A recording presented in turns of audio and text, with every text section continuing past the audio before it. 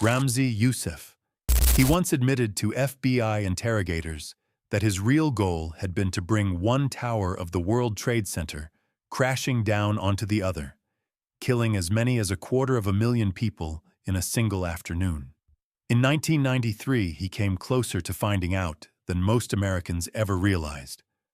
The man who designed that bomb is still alive today, sealed inside a concrete cell in the Colorado mountains, and within a decade, his family name would echo through the worst mourning in the country's history.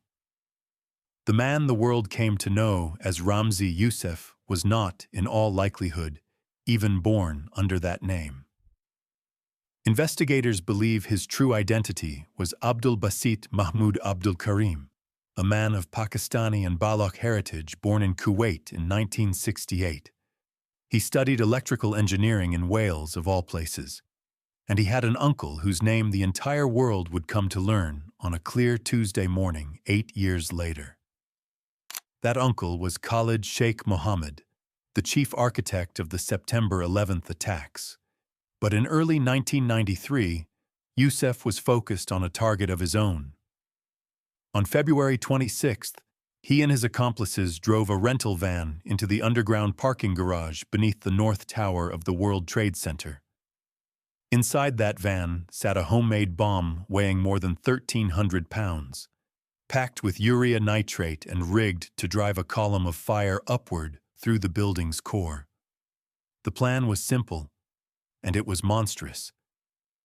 He wanted the explosion to knock the North Tower sideways into the South Tower and bring both of them down on everyone inside. The bomb went off at 12:18 in the afternoon. It tore a crater several stories deep into the foundation, killed 6 people, and injured more than 1,000. But it failed to do the one thing Youssef had built it to do. The towers stood. And so a man who had set out to murder 250,000 people slipped out of the country that same night, convinced he had simply miscalculated, already planning the next one. The first attack on the World Trade Center was never meant to be a warning. It was meant to be the deadliest single act of murder in human history, and it missed by engineering alone. Over the next 2 years, Youssef kept building. From an apartment in Manila, he developed what became known as the Bojinka plot, a scheme to blow up roughly a dozen American jetliners over the Pacific Ocean on the same day. As a test run, in December of 1994, he hid a small device beneath a passenger seat on a Philippine Airlines flight. It detonated in mid-air and killed a young Japanese traveler named Haruki Ikegami. The plane landed only because the crew managed to hold it together. His luck ran out in February of 1995, when an informant led authorities to a guest house in Islamabad, Pakistan. He was flown back to the United States to stand trial, and the story goes that as the helicopter passed Manhattan, an agent lifted his blindfold and pointed out that the towers were still standing. Youssef reportedly answered that they would not be, if only he'd had more money. You'd think a man facing the rest of his life behind bars might soften. He did the opposite. At his sentencing in January of 1998, Youssef stood before the court and declared that yes, he was a terrorist, and that he was proud of it. The judge, Kevin Duffy, did not flinch. He called Youssef an apostle of evil, a man who worshipped death and destruction, and told him he had become the very thing he claimed to be fighting. Then he handed down a sentence of life in prison plus 240 years, with a recommendation that Youssef serve all of it in solitary confinement. The kind of punishment once reserved, the judge said, for those who spread plague across the world. Today, Youssef sits in ADX Florence, the most secure prison in the United States, on the cell block that once held the country's most infamous bombers. He has spent the better part of 3 decades almost entirely alone, 23 hours a day in a room of poured concrete. He will die there. Youssef built his bomb out of hatred for a country he had barely lived in. The man held just down the mountain from him built his out of a grudge against his own government, and the morning he chose to use it left a wound in the middle of an American city that has never fully closed. Terry Nichols. Somewhere inside that same Colorado supermax, a man is serving 161 consecutive life sentences. He will not come close to finishing the first one. He helped assemble the truck bomb that killed 168 people in Oklahoma City, and then he drove home to his family in Kansas and waited for the news to break. Terry Lynn Nichols was born on a farm in Michigan in 1955, and for most of his early life there was nothing about him that hinted at what was coming. He drifted through odd jobs, a short stint in the Army, a marriage that fell apart. It was in the military, in 1988, that he met a young soldier named Timothy McVeigh, and the two men bonded over a shared and deepening rage at the federal government. That rage hardened after 1993, when a federal siege near Waco, Texas ended in fire and the deaths of dozens of people. To McVeigh and Nichols, Waco was proof of a government at war with its own citizens, and they began to plan a response. Nichols became the quartermaster of the operation. He helped buy and stockpile the ammonium nitrate fertilizer, helped gather the blasting caps and fuel, and even robbed a gun collector to help fund the plot. On the morning of April 19, 1995, the second anniversary of the Waco fire, McVeigh parked a rented truck loaded with that homemade bomb in front of the Murrah Federal Building in downtown Oklahoma City. At 9:02 in the morning, it detonated. The blast sheared the front off a 9-story building full of federal workers that also housed, on its second floor, a daycare center. 168 people were killed. 19 of them were children. More than 500 others were injured. To this day, it remains the deadliest act of domestic terrorism in American history. Here is the part that has haunted the case ever since. Nichols wasn't there. While McVeigh drove the truck into the city, Nichols was at home in Harrington, Kansas, more than 200 miles away. That distance would become the entire center of his defense. When McVeigh was pulled over and arrested within 90 minutes of the blast, on an unrelated traffic stop, the trail led investigators straight to his old Army friend. Nichols turned himself in 2 days later. Inside his home and his storage units, agents found receipts, leftover bomb components, and the same anti-government literature McVeigh had been carrying. Whatever Nichols told them about being a bystander, the physical evidence told a different story. Nichols was tried not once but twice. In federal court in 1997, he was convicted of conspiracy and of 8 counts of manslaughter for the deaths of federal agents, though the jury deadlocked on whether he should be executed. The judge, Richard Match, refused to treat it as an ordinary murder case. He told the courtroom that the true victim here was the Constitution of the United States, and that Nichols had proven himself an enemy of it. He was sentenced to life without parole. Then the state of Oklahoma decided to try him all over again, this time on 161 counts of murder, 1 for every life taken and 1 more for an unborn child. Again, a jury convicted him. Again, they could not agree on a death sentence, so the judge, Stephen Taylor, handed down 161 consecutive life terms, telling Nichols that no American in history had ever brought devastation on this scale, that he stood as the #1 mass murderer the country had ever produced. 161 life sentences, served one after another. That's not a typo, by the way. Among the survivors was a woman named Jannie Coverdale, who lost 2 young grandsons in that second-floor daycare. Years later, she said she had chosen to forgive him. Nichols has been held at ADX Florence since 1998, and he is expected to die there. From his cell, he has filed lawsuits over the smallest things: his prison diet, his religious meals, the daily texture of a life lived behind concrete. McVeigh was executed in 2001. Nichols simply remains. The Oklahoma City bombing was meant to start a war between the people and their government. The young man in the next case wanted to start a different kind of war entirely, and he chose to begin it inside a church. Dylann Roof. He sat down with them inside their church and stayed for nearly an hour. He listened as they studied scripture. He bowed his head when they prayed. And then he did the thing he had walked in there to do. And when the families of the 9 people he killed were finally given the chance to face him in court, what they chose to say to him left the entire country speechless. Dylann Storm Roof was 21 years old, a high school dropout from Columbia, South Carolina, who had spent the lonely years of his late adolescence radicalizing himself online.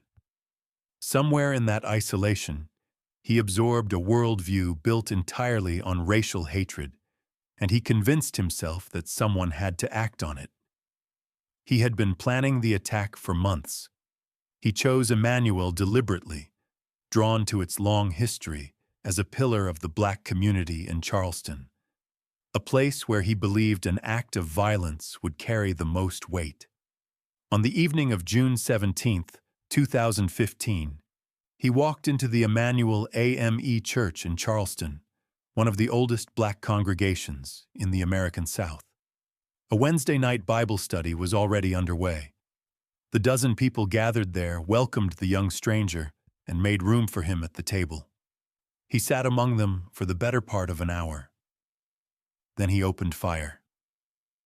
9 parishioners were killed that night. Among them was the church's own pastor, Clementa Pinckney, who was also a sitting state senator.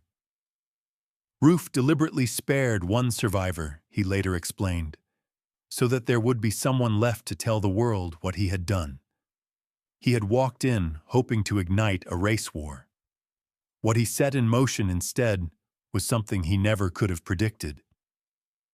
He was arrested the next morning across the state line in North Carolina, more than 200 miles away, after a motorist recognized his car from images released overnight.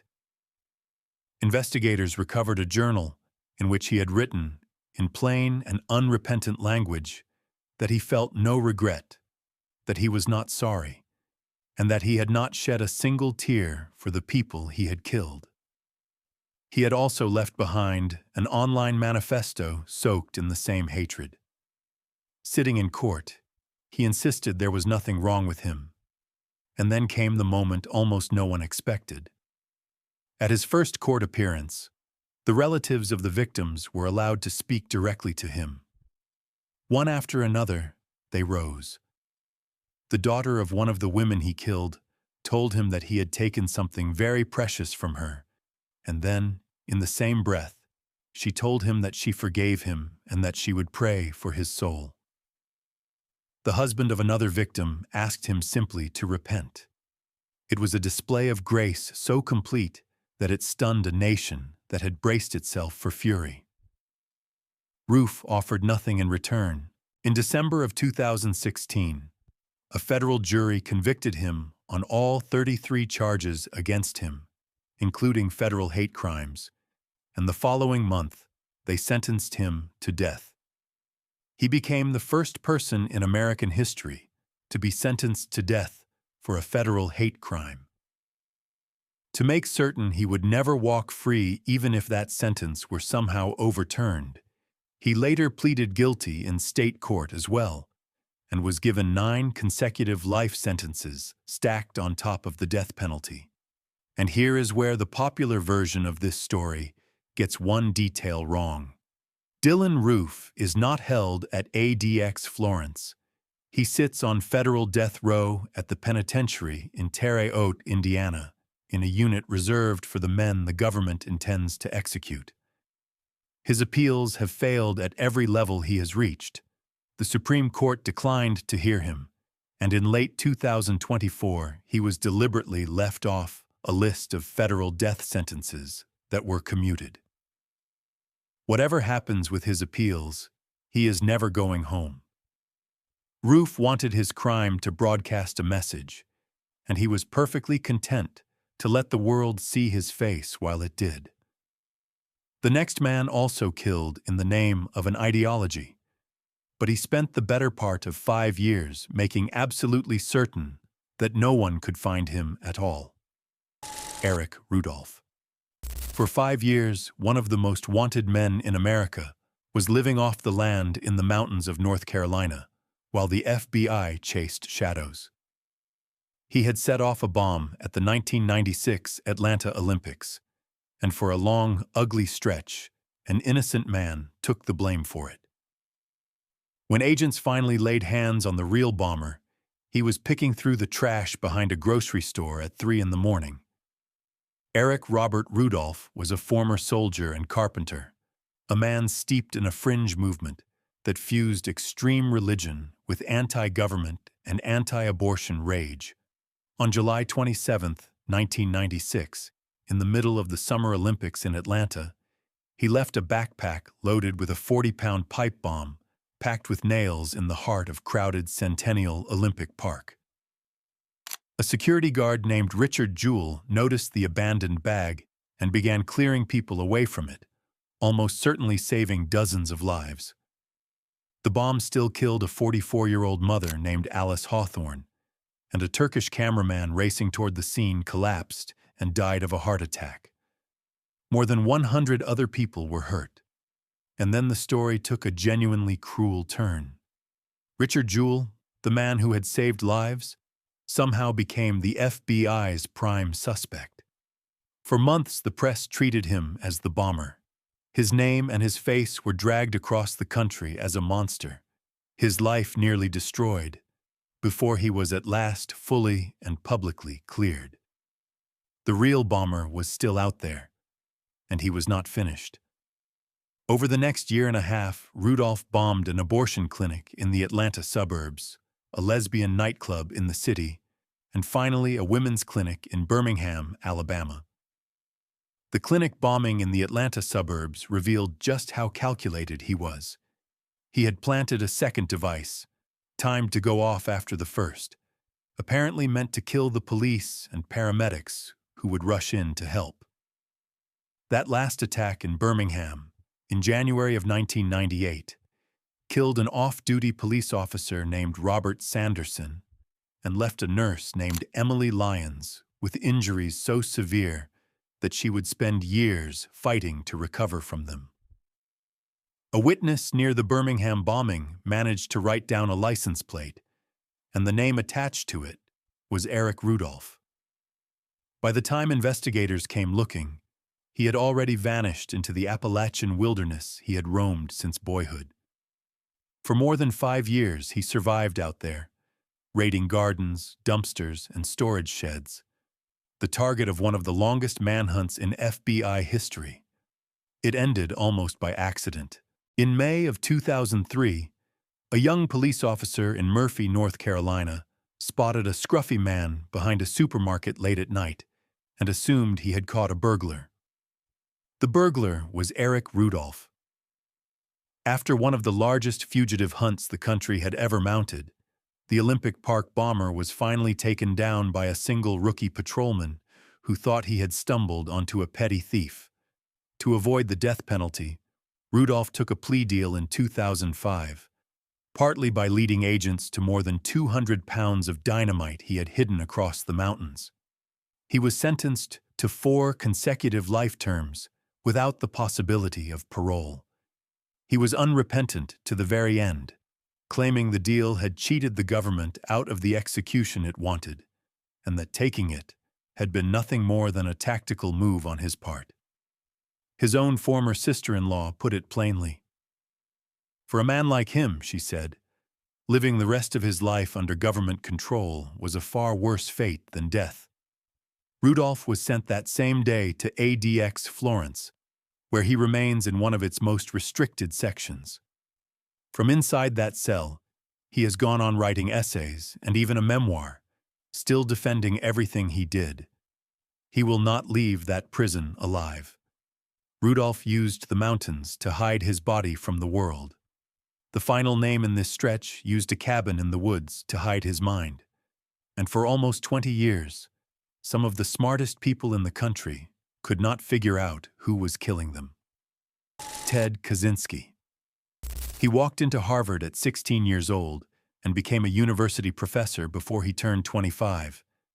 Then he gave all of it away to live alone in a tiny cabin in the Montana woods, with no electricity and no running water. For nearly 2 decades, the packages he mailed out of that cabin killed and maimed people across America, and the largest manhunt the FBI had ever mounted could not put a single name to the man behind them. Theodore Kaczynski was, by any measure, a true prodigy. His IQ was tested at 167. He sailed through Harvard at an age when most kids are starting high school, earned a doctorate in mathematics, and took a teaching post at Berkeley while still in his 20s. And then, in 1971, he simply quit. He moved to a cabin he built with his own hands near Lincoln, Montana, and slowly came to believe that modern technology and industrial society were strangling human freedom itself. Between 1978 and 1995, he waged a private bombing campaign against the world he had come to despise. He mailed or planted homemade explosive packages aimed at universities and airlines, a pattern that earned him the FBI code name Unabomber. The devices killed 3 people and injured 23 others. Among the dead were a computer store owner, an advertising executive, and a timber industry lobbyist. Among those left maimed were a respected geneticist and a computer scientist at Yale. For 17 years, investigators had almost nothing to work with. The task force hunting him swelled to roughly 150 full-time agents and investigators and burned through more than $50 million, making it the most expensive investigation in the Bureau's history up to that point. And for all of it, they were nowhere. They had no fingerprints, no name, no face. They had a ghost who mailed death through the postal service and disappeared.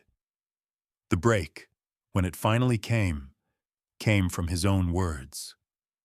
In 1995, Kaczynski demanded that major newspapers publish a 35,000-word manifesto laying out his philosophy, promising to halt the bombings if they did.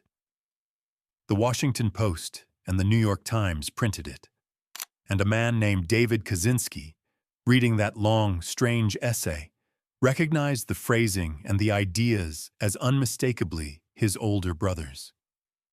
He agonized over what to do for weeks. Then he picked up the phone and called the FBI on his own brother.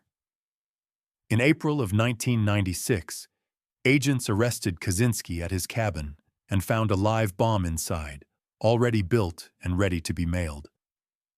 The cabin itself was later hauled away whole and entered into evidence, a 10 by 12 box that had hidden the most wanted man in America in plain sight. He pleaded guilty in 1998 to avoid a death sentence and was given 4 life terms with no possibility of release. At sentencing, the judge called his crimes unspeakable and monstrous and pointed out that Kaczynski had shown no remorse whatsoever. The widow of one of his victims begged the court to lock him so far down that when his time finally came, he would already be that much closer to where she felt he belonged. Kaczynski was sent to ADX Florence, where he spent more than 20 years on the same isolated cell block as Ramzi Youssef and the Oklahoma City bombers. In late 2021, after a cancer diagnosis, he was quietly moved to a federal medical prison in North Carolina. On June 10, 2023, he was found dead in his cell there at the age of 81. He never saw freedom again, and to the very end, he never showed a flicker of regret for any of it. Every man on this list so far was sent to ADX because of something he did out in the free world. The next one earned his cell from the inside. He never bombed a building or mailed a package. He killed with his hands, behind bars, and what he did on one cold October morning helped build the very prison the rest of them would end up in. If you're liking this video and you're not subscribed yet, now's the time. We drop new cases every day. Subscribe so you don't miss the next one. Thomas Silverstein. For the last 36 years of his life, this man was held in a form of isolation so absolute that the federal government had a name for it. They called it no human contact. He killed 3 people while already locked behind bars, and one of those killings so terrified the entire prison system that it changed the way America cages its most dangerous men. Thomas Silverstein went to prison young. In 1977, at 25 years old, he was sentenced for a string of armed robberies he had committed alongside his own father and cousin. He walked in as a robber. He did not stay one.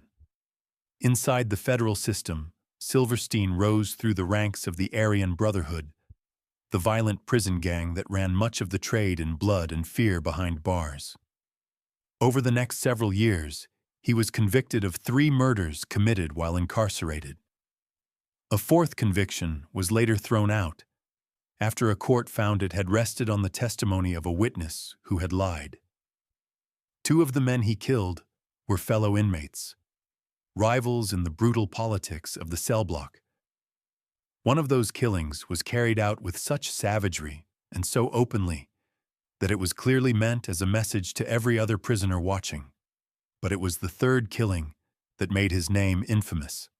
On October 22, 1983, inside the federal penitentiary at Marion, Illinois, Silverstein slipped free of his handcuffs using a homemade key and took the life of a corrections officer named Merle Klutz. And on that very same day, in that very same prison, a 2nd inmate named Clayton Fountain killed a 2nd officer. 2 guards murdered inside one penitentiary in a single day. The Bureau of Prisons had never faced anything quite like it, and it decided that the old way of doing things was finished. The system's answer would reshape American incarceration. Officials decided that men like Silverstein simply could not be managed inside an ordinary prison. They placed him under that status known as no human contact, and they began to imagine a facility built from the ground up to hold the men no one else could control. That idea would eventually take physical form as ADX Florence, the supermax at the center of this entire story. In a very real sense, the men on this list are buried in concrete because of what Thomas Silverstein did. Silverstein always insisted he had not walked into prison a killer. He claimed the system itself had cultivated the violence in him, that the cruelty of the guards had slowly shaped him into the thing they feared. A prison official once described the government's view with chilling honesty. They could not execute Silverstein, the official said, so they had no choice but to make his life a living hell, because otherwise other inmates would feel free to start killing guards too. A former director of the Bureau of Prisons put it even more simply, admitting there was no real way to control a very small handful of inmates who showed absolutely no concern for human life. Silverstein had become the living proof of that idea. For the rest of his life, Silverstein lived almost entirely alone. He was eventually moved into a section of ADX so cut off from the world that it is considered the most isolated space in the entire facility, a tiny wing buried deep inside the building. He went without meaningful human contact for roughly 3.5 decades, longer than nearly any other prisoner in the history of the federal system. He read, he drew detailed artwork, he filed complaints and lawsuits, and he aged inside a silence most people cannot begin to imagine. On May 11, 2019, Thomas Silverstein died in a Colorado hospital at the age of 67, following complications from surgery. He had spent the overwhelming majority of his adult life in a concrete room, and he died still officially classified as one of the most dangerous men the federal system had ever held. Silverstein became a monster inside the very system that was built to contain him. The next man arrived at ADX, already one of the most hated people in the country, condemned for an act of terror that played out in broad daylight, in front of thousands of cameras, at the finish line of one of the most famous races in the world. Dzhokhar Tsarnaev. On a bright afternoon in April of 2013, 2 homemade bombs turned the finish line of the Boston Marathon into a scene of horror in front of the entire world. The young man responsible was a 19-year-old college student who days later would be pulled half alive out of a boat in a quiet suburban backyard. More than a decade later, his ultimate fate is still being fought over in the courts. Dzhokhar Tsarnaev was born in the former Soviet Union, of Chechen heritage, and came to the United States as a boy. By the spring of 2013, he was 19 years old, a naturalized American citizen, and a college student just outside Boston. To most of the people who knew him, he seemed like an ordinary kid, a wrestler in high school, popular, unremarkable. But his older brother, Tamerlan, had grown increasingly radical, pulling Dzhokhar along with him, and together the two of them had quietly built a plan and assembled their bombs in secret. On April 15, 2013, the brothers set down 2 pressure cooker bombs packed with shrapnel near the crowded marathon finish line. When the devices went off seconds apart, 3 people were killed and 264 were injured. Among the dead was an 8-year-old boy named Martin Richard. The 2 others killed were a 29-year-old woman named Crystal Campbell and a graduate student from China named Lu Lingzi. Many of the wounded lost limbs in an instant. Their lives changed forever in the space of a heartbeat. What followed was one of the most dramatic manhunts in American history. 3 days after the bombing, the brothers shot and killed an MIT police officer named Sean Collier in an attempt to take his weapon. A wild firefight and a car chase through the streets of Watertown left Tamerlan dead, run over in the chaos by his own brother as Dzhokhar fled.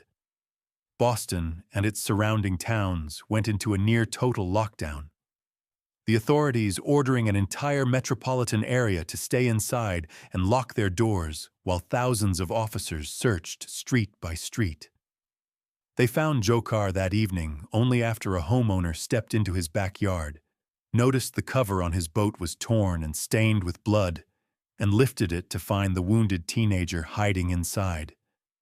In 2015, he was convicted on all 30 counts against him, and the jury recommended that he be put to death. The judge formally condemned him in June of that year. One of the appeals judges would later sum up the situation in stark terms, observing that Tsarnaev would spend the rest of his days locked up no matter what happened, and that the only real question left was whether he would die by execution. The parents of the little boy who was killed publicly asked the government not to seek the death penalty, saying they could not bear the thought of decades of appeals dragging them back into the worst day of their lives. And that is more or less what has unfolded. His death sentence was thrown out by an appeals court, then reinstated by the Supreme Court in 2022. Then, in 2024, the appeals court ordered the trial judge to look again at claims that 2 of the jurors who sentenced him should never have been allowed to serve because of things they had posted about the case online.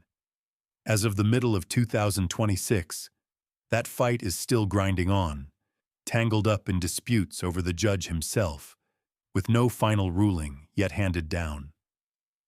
For now, Dzhokhar Tsarnaev sits on death row inside ADX Florence, an unusual placement for a condemned federal prisoner who are normally held elsewhere. He was deliberately left off the list of federal death sentences that were commuted in late 2024. Whether he is eventually executed or simply grows old inside that cell, one thing is certain: he is never walking free. Tsarnaev's violence detonated in a single public instant, in front of thousands of cameras and the watching world. The next man's violence was its mirror image, quiet and patient and almost invisible, carried out one trusting patient at a time by a man in the one uniform that almost nobody ever thinks to fear. Michael Swango. He was a licensed physician who had taken an oath to protect human life. Instead, for the better part of 2 decades, patients who should have walked out of the hospital kept dying around him, and colleagues who crossed him kept falling mysteriously ill. He confessed to 4 killings. By the time investigators were finished, they suspected the real number might be many times higher. Joseph Michael Swango looked, on paper, like exactly the kind of person you would want at your bedside. He was a former Marine who had gone on to medical school, sharp and self-assured, the sort of young doctor who inspired trust the moment he walked into a room. Beneath that polished surface, something was profoundly wrong. Even in medical school, classmates noticed that patients under his care had a strange habit of taking sudden turns for the worse, and they gave him a dark nickname behind his back, a grim play on the idea of a license to kill. Swango's weapon of choice was poison. To get rid of co-workers he disliked, he would quietly lace their food and their drinks with arsenic and other toxins, sickening them badly without killing them. To his patients, he gave something far worse, slipping fatal doses of drugs to the very people who had trusted him to make them well. He was first caught in 1985, when colleagues in Illinois grew suspicious after several of them fell ill, and investigators searching his belongings discovered what amounted to a small laboratory of poisons. He was convicted of poisoning his co-workers and sent to prison. But here is the part that should never have been possible. After his release, Swango forged and faked documents to bury his record, and he used those forgeries to talk his way into one hospital job after another, in state after state. You would think that someone, somewhere along the line, would have stopped him. For years, nobody did. At a veterans hospital in New York in 1993, 3 patients in their 60s and 70s died under his care, men named Samarco, Ciano, and Serini. Years before that, a 19-year-old patient named Cynthia McGee had died at the Ohio hospital where he trained. He even left the country for a time, taking a position in Zimbabwe, where once again patients began dying around him before suspicion finally caught up. When the FBI at last built its case, the evidence was damning, and some of the most chilling of it came from Swango's own hand. In his notebooks, prosecutors said he had written about the thrill and the joy his crimes brought him. In the year 2000, he pleaded guilty to 3 murders at the New York Veterans Hospital, and separately to the killing in Ohio. He was sentenced to 3 consecutive life terms without parole. The plea spared him a possible death sentence, and just as importantly, it kept him from being sent to Zimbabwe to answer for the deaths there. He admitted to 4 killings. But the FBI came to suspect he might be responsible for as many as 60 deaths over the course of his career, and one author who investigated him for years tied the circumstantial evidence to roughly 35 suspicious deaths. To put that plainly, a man entrusted with saving lives may have quietly ended dozens of them, all while hiding in plain sight inside the very hospitals that hired him. If the higher estimates are anywhere close to true, it would place him among the most prolific killers the country has ever produced. There is one final detail that sets Swango apart from nearly everyone else on this list. He is one of the few men at ADX Florence who, in effect, asked to be there. After being stabbed by another inmate while serving an earlier sentence, he came to fear for his life in an ordinary prison, and he sought out the total isolation of the supermax. Now he spends his days alone in a concrete cell, the trusted doctor sealed away from everyone he might otherwise have harmed. Swango hid his violence behind a white coat and a calm, steady voice. The final man on this list hid nothing at all. He stood up in an American courtroom, declared his loyalty to the people behind the deadliest terror attack in the nation's history, and all but dared the judge to do something about it. Zacarias Moussaoui. He is the only person ever convicted in an American courtroom in connection with the September 11th attacks. He was already sitting in a jail cell on the very morning the towers fell, arrested weeks earlier after he raised the suspicions of his own flight instructors. And when his trial finally came, he seemed almost desperate to be put to death. Zacarias Moussaoui was a French citizen of Moroccan descent who had drifted into the orbit of Al-Qaeda and trained at one of its camps in Afghanistan. He had grown up poor and angry, and somewhere along the way he found a cause that gave his rage a shape. In the summer of 2001, he turned up at a flight school in the United States, and what he wanted to learn there set off quiet alarm bells. He had very little flying experience, yet he was asking how to steer a Boeing 747 with no apparent interest at all in learning how to take off or how to land. He had even trained briefly at the same Oklahoma flight school attended by two of the men who would later seize the planes. His instructors were unnerved enough to contact the authorities. In August of 2001, weeks before the attacks, Moussaoui was arrested on an immigration violation. He was already behind bars when 19 hijackers carried out the plot he is believed to have been tied to. The attacks that killed nearly 3,000 people in a single morning. Investigators came to believe he may have been intended as a replacement member of one of the hijacking teams, after others were denied entry into the country, which is how he earned the grim nickname of the 20th hijacker. To this day, the exact role he was meant to play remains a matter of debate.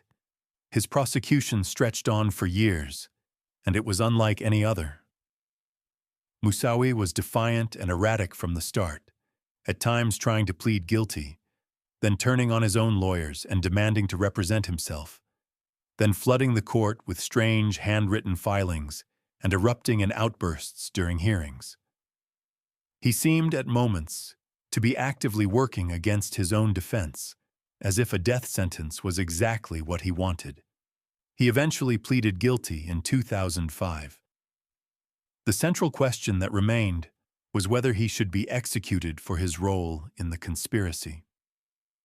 In 2006, the jury declined to sentence him to death, pointing in part to his chaotic and damaged childhood and to the genuine uncertainty about how central he truly was to the plot. He was given 6 life sentences without any possibility of release. During the proceedings, the widow of one of the victims had stood and told him directly that he had wrecked her life, that she hoped he would spend his days locked away without ever seeing the sun or the sky again. As she sent him away, the judge told Moussaoui that he had come to court hoping to die a martyr in a great blaze of glory, but that instead he would die quietly, with a whimper, spending the rest of his life forgotten behind bars. As he was led out of the courtroom, Moussaoui called out a defiant blessing on Osama bin Laden and taunted the court that they would never get him. Years later, of course, bin Laden was tracked down and killed by American forces, the very outcome Moussaoui had sworn would never come. Moussaoui himself has spent his sentence inside ADX Florence, where he has filed complaints about the psychological toll of total isolation and, in a strange turn, given a sworn statement claiming that members of the Saudi royal family had once helped fund Al-Qaeda. In 2024, he asked to be transferred to France to serve out the remainder of his time. That request was denied. He remains exactly where the judge promised he would be, sealed inside the most secure prison in the country, with no end date to his sentence and no way out. Most of these men will take their last breath inside a concrete box, and 2 of them already have. There is no parole, no release date, and no way out for any of the rest. Thanks for watching. Click here for the next video.